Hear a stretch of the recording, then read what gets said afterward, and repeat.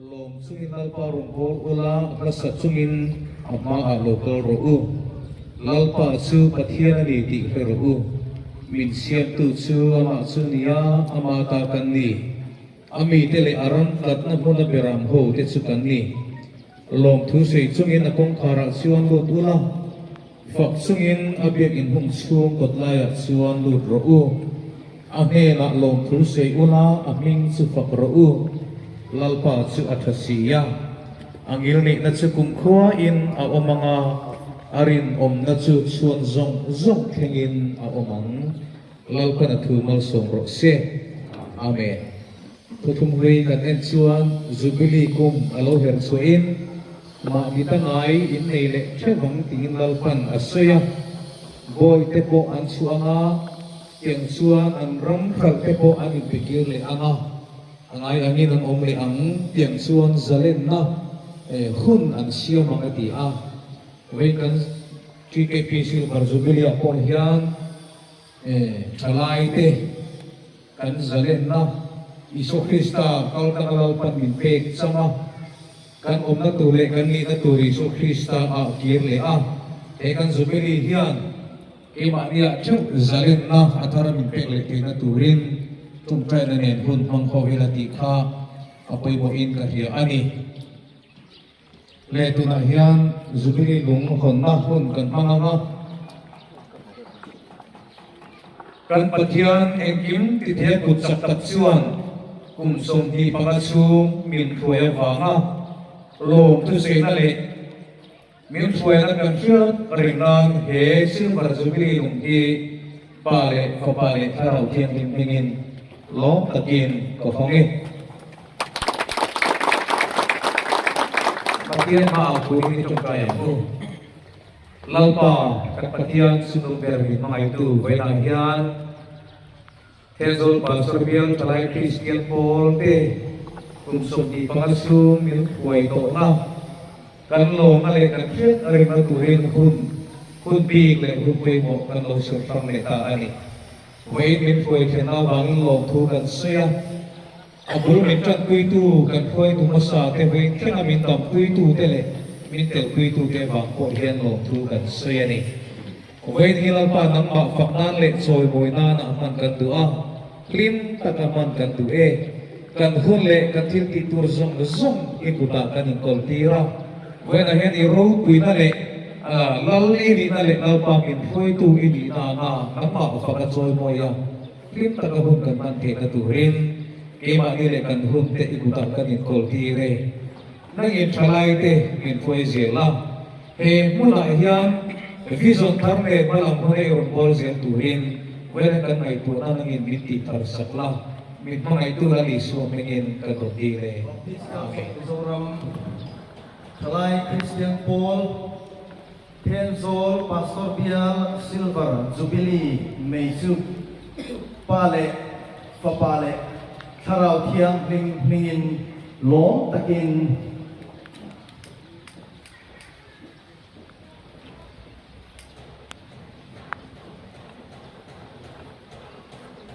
Lom takin kadeta he mei hian BCM Tenzol Pastor Bial Sungalalpa ko khan ho tenuna tharau thiang hing mei chu thil ti theina nen al chok zel dona ni ti nt na turatang lalpan kan sovaya tan mon som sa chot se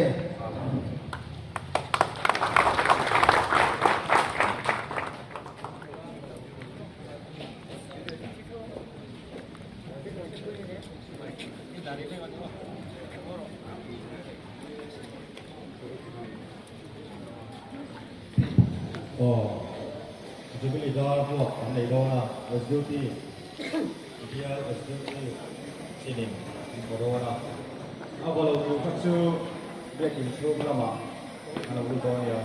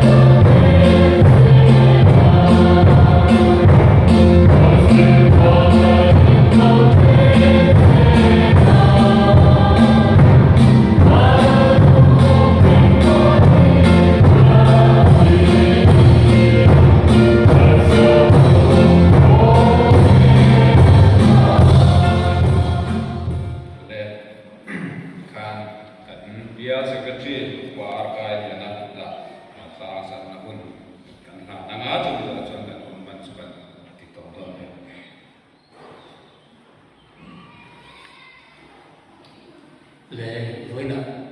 thlai Christian Paul te was na ro ui ko ma bia point kan lo ve do na ma sin bia ko ui na October sa kan lo do sawa hey in ton tu fil tak mai bilo siang lo sa ni te pun ka sia in tho ing na ni ya sai lo tu sai dua so vi so va ye ko sai ha tak về nó đi mà siam te om siam te để thiếu nắng sẽ lắm lắm thu diệp của lịch te angaya buổi tháp in cái gì mà ra thứ hay dia hey in lòng thì quý thiên thế à vấn đề ta rất thấy tu ra in làm siam đi mà sai lòng thu cần sai anh đi le thalai Christian Paul thiên dol pasal dia đi souvenir ang buat saya salai terong na atan son na sentu ani tinale pathian ram ti hialong de thene turim tuna hia pa le sarau thiang din lo takin ta sore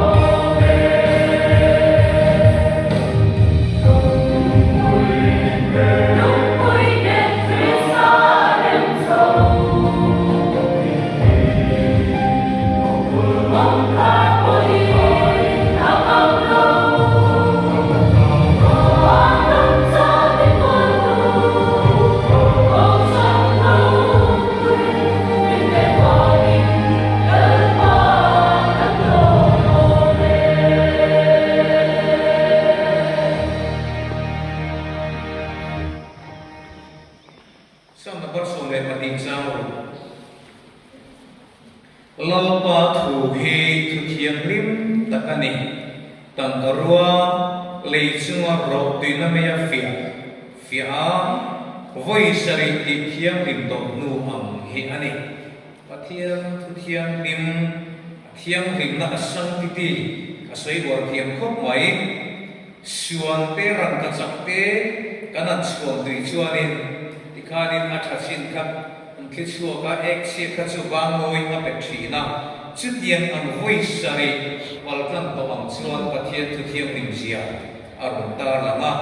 sam number som ni barian chang som le ali hi chiar na le na ka ni kom poi tu khan arun chiar to a ka chiar na le ang chang som ani atang khan chiar ta ila Zion chu velin kalbotula aral ben insam te pok chiar ru akul te chu chin chiang munula alal im te chu mai tur ru thang thar lo lo om le te de na in ship the na he pathian hi kum kot lai thua na kan pathian ani si ani don si a thi khem ko amin khoi tu ani ang lau kan thu kan zata mal som ro se amen kan thu bui hi min khoi tu lau pa ti ani a tu kina hian min khoi tu lau pa athu nangin min khoi thien ti tu bui bangin pathian tu cha ngai kha ti lo mi lo min lau pa da ni min tin nge ati ti chu lau pa na mi te at huai da alo mi ta ani voi thleng hian pathian tu he kan mun kong khoi tu ata na lau pa nam tu ra min pe chu alo mi ta chuan sam jek tu chuan mo si awat chin na lam kal zela lau pa na thumang in ami te huai wangin he pathian ni kum ko tlai tu na kan pathian na didon sia thi khem ko min khoi tu ani ang ati lai khan tu fin te chuan itin lung song in lau pa ring lam na ba khiat na in nas I kong zong ama su hereng la ikong te chu ako hu zel lam se ti in aron soita a he thu hian ika chu san su se he pathian thu hian ika chu san su se la he thu he nam ma ni foi tu tu ra ni dona ni ti in helaya hian asoya Isaya chu bu song na pariat chang so pakata lalpa chuan akoi fa bang sia mun ra va po ati tlayang sia iru te po ati chak ko kanga tin kuan tuya chomang le tuin na ka ngai lo angin ini to am ti in lalpan asoya patianin athua akai khoi thek te na chuan patianin tuin na ada a malso na ada thina ni ti kan lo ta ani elaya hian kan film ko na tur poi mo ma oma tulaya American evangelical preacher si ma chuan athu soi ka mai thap tam ber pol wa sa chuan heti hianin asoya thalai ke kan dipoka asoya si hianin asoi chok ka du am I want to tell you something. I want to make it clear. Don't listen to your heart. Listen to the word of God. Asoya tuaya yang kan tuaya yang me natin tuaya itin lung ma su patin tu ma so patin ne tulai ko vela again katin numa ka oma karelo oma kanti tulaya mithiam tem hey tet to kanti pe chu in entry nem ka hello yuki pa hianin hindu zonan visit tula tet to word as ngani word ngani ideas word spreading ngata ke tapla kan dia mirang pranten an ngai tu na tu thata tak an ngai tu chwa the tapla kan ngai te kha tet to kin angin kar viwa chu mi pui ma a tian platform thata kan siama an swe chu an the dara ko velin an ngai thana sa million slogan an clear de siani chu tiang song ko ve mi fi le mi tiang kan ti te ya engani quote kan ti thu soi ril tak le thata tak te hi an tu so thi nima sela patian tu suwa ke so ki da koi mo turin mi ti ethim lung ingai tu na in ko tir su ethim lung ma tha su patian tu ma tha so ko ti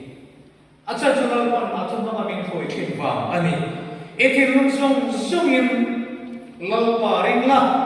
ingay tuana thum nilovin ama lalpa pathian tapo mahi ringla ama suringla nang ma hiat na imatsu ikong song suma lalpa le atu hiriala tichuan ikong techu ako mo setiani pathian tu kan pong phoi tu ani sia chu petiang hian suita ila thain kan hian Sam number sa so kapocang pangacang sa panganak hanin itu hi kaketan tingyan ko barania kakomatan engani atia patian tuju sual kimjinga atu plognatura entu ko barangin samjin yan kasaya akong entu kong thanga ata plognaturin ayin liang plogaturin akong entu laita amangani saya cuman cuman pacama ko cu enge ni ma sila cu pacama yan mikam takin ko man bo thi cuman cu na ne ma za na ne mo patian tu cuan cu le za na thi la ba ama ma ya cu ni za na ni a za bo cu ne na ni ba hi he patian tu kan mun bong khoi ko ta na ke ni pon kan man na pui mo a tui fin ria da sing mi tian kompas an ke nga kompas jo abil kan puya north south west east in ain na tiada mama aisa na chen ka po ni na kek de thi na ni tu fin ria ta khomol reng la to na chuan tuya an ko hoi na la biang ka tu ni re mo to maya khoi lom nge kan kal le ti po ria to thi na ni ke ni hi lom ton pan tu min Liverpool akan kan suwa ka tin ria ta login komola la to shit kan ka ven di kemule ti po ka ke to ba akhir te ka su kong reng na la to lo nuwa ka kompas kana ena khoi lom nge ako kompas mang chuan an tum sin an ram an khem thi na ni chu tiang sa pathian tu in kong me ko tu kompas ani a Saudi Pathum Khanin Zirlai Paul Roy tu de Central Defense Ministry sponsorin North India kan fama ta chuan Agra akuan Taj Mahal kukan logan luda tur guide ho khanin hey bye imam guide kanian dia tikhan ke ni khanin sun ka jani jatum lai se lai sia kan buya mai lo kan dia kan luda tikhan kan khoi kuala engma ka om sia ka kan thiam si la ba foreign ka tanga lo ka tour guide kan hayara tikana na via he ama chu ran ka chakai thum chuak veka zana khaeng in arum ka ba tiana engin zom veka tas mahal pui hi ai chuak thina khaeng moya pe ro pui ta ka ni ti dekha kan thian reng lo kan thila kavakal mai sut ta bagai tha he karo itira minhawa bakal santa guide ne loksuan kan bil khomai kan khoya kan sukhir ve ni rewat pathian thutel loksuan khavela ya emtian tunge ti te kharam thuru te hi kan thia thiam so chi lova chuwang chuan kan mun guide tua pathian thui kan man anga wela hian kafin viau ni mai the kanung le pa ai ka fin so ni mai the ka chian te ai ka sia atama ko ve tila qualification a mo ka san so ni mai the ni ma se ka ve la hian mi thiam tam ta pathian thina foi lo pong bo yan tam mani chưa bằng em mình phơi tu lal pa kan ti hian alal pan ami te chu athumang hian min phơi chi na kan nun gai tu chu pathian thu hi ami sel anga ta tani pathian thu poi mo sia super chiana de dia na soya ami hi english pachal thu sei thiam ba ma pathian thu soi chian na college england a ko atin hial khani heti hian na soi ne the Holy Ghost writes in the scripture and not in the volume of Kodanto atia tihanin kalening thiau hak lawa abutu da vin ka halening te karau tiang ni mi tu lai mi te ngai tu na thu sa sa thiam chuma aso lawa Pathian thu tak cuma kara thiang in chu achuang ani adi emin Pathian kara thiang ni metu lai mi fengin ti te ngai tu na thu chasia satya cuma achuang lo wa Pathian thu tak cuma hian achuang chi Pathian thu chu kanturin chuan Pathian tho khomasia thunungani adi inspired by God Pathian in na tho khumani chuang chuan he Pathian thu hi Pathian tho khum nun na pai ania fahin hei hian nun na min petheya hei kan nun kong phoi tua kan man sel apoi mo em do na ni ti wena hen kan shit thar le poi mo Jeremiah chuan bong so panga chang so paru le chang so pasaria yan itu te chu ka eya ai suloi ka eya kalemani ati Pathian thu hi alema akin lung tiklai tua amanga akin lung froi tua amanga ni chubai wena hian ke ni ko in min froi tu la ba ko in kan siru versibili min froi kem tu kan Pathian hian atu mang hian min froi sel dong ama pakhiro min larin kan singa aron lang silang tu man kan etam lova Pathian su atu achena atu mangin ami te min froi thina Pathian thu he kan nun kong froi to tan at habera ari la bera ahim ber ari ti bena hian kan thar le to nia kan za hian lalpan tu ni min froi thenga kan manam honata lalpa tung lian ber chu tun hun nami te na hian afapa Yesu Krista kal kanim thu sei to chuwang chuan lali suale azir tirna Pathian to tak thunung he kanun kong phoi tua imang zelang ko chutiang ani chuan Pathian in athu ta kanim phoi chuan anen mi phoi thema he khome kan phoi sin na ma hian kan tu kai ta Pathian tu hi mangila ti chuan kan khiat thiam lo tharaw lam thir te em tiên nun tu ngen ti zong he Pathian tu tak hian min fil fi zel do na ni law man tu kan za ta mal so mo se amin ikom trai ko lalpa kan Pathian sunu ber min hangai tu wena hian ten sol pastor bial thalai Christian Paul te nangin kumsom ni pangalai mai ni no koi ken ta ki aro pui kan ti hom tu kan fit siani he kumsom ni pamai kara hian kan bial sunu ma chia thang pe in wala ni ma tun kun kian theng zo lo wena he ni khomai ta kan sang he khlu kan ti nangma ne nangma pakle so hoina ine na lo tu sei dana lampa he ngani kan man sel ti na nangin min foi se la wena hian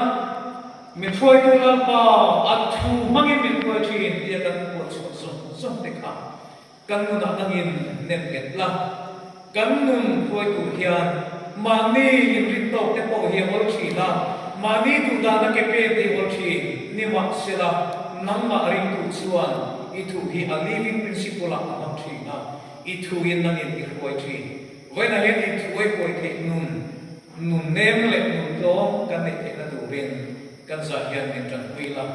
kan thi ni khema min foi tu lo niam se min mangai tu la li so mingin kan di le amen te foi tu la